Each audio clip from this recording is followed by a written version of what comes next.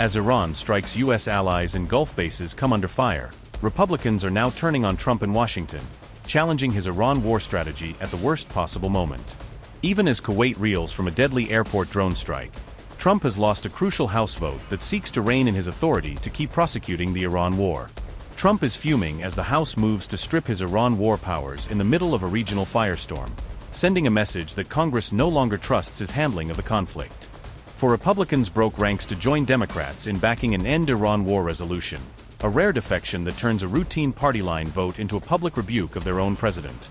U.S. House of Representatives war powers revolt hits Trump, in his own words, right in the middle of what he claims are final Iran negotiations, undercutting the image of a president fully in control. They should be ashamed of themselves, Trump erupts on social media after GOP defections, branding the 4 Republicans grandstanders, and accusing Democrats of wanting America to fail. Trump said, and I quote, "Yesterday, in a meaningless vote, the House voted, for bad Republicans and all of the Democrats, to limit my war powers. Right in the middle of my final negotiations to end the war with the Islamic Republic of Iran.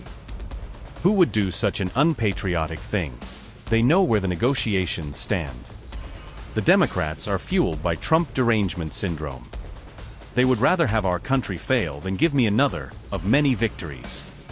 The 4 Republicans, that's a whole other story, they're grandstanders. They should be ashamed of themselves. Unquote. All of this political drama in Washington comes amid fresh tensions in the Gulf, where every missile launch and drone strike risks turning a cold crisis into open regional war. After the U.S. hit an empty tanker with a missile in the Strait of Hormuz to enforce its blockade, Iran answered with retaliatory strikes aimed at American bases across the Gulf region. Iran's Revolutionary Guard claimed it had launched missiles and drones at U.S. bases in Kuwait and Bahrain, declaring the operation a direct response to American attacks on Iranian targets. In Kuwait, a drone strike on a passenger terminal at the international airport killed at least 1 person and injured more than 60 others, forcing flights to halt and emergency teams into action. The IRGC boasted that it had hit the U.S. 5th Fleet headquarters in Bahrain, but U.S. Central Command flatly denied any damage, saying all Iranian attacks on American forces had failed. Missiles, armed drones, and a U.S.-enforced blockade in the Strait of Hormuz are turning the Gulf into a powder keg, where one miscalculation could ignite a much larger confrontation.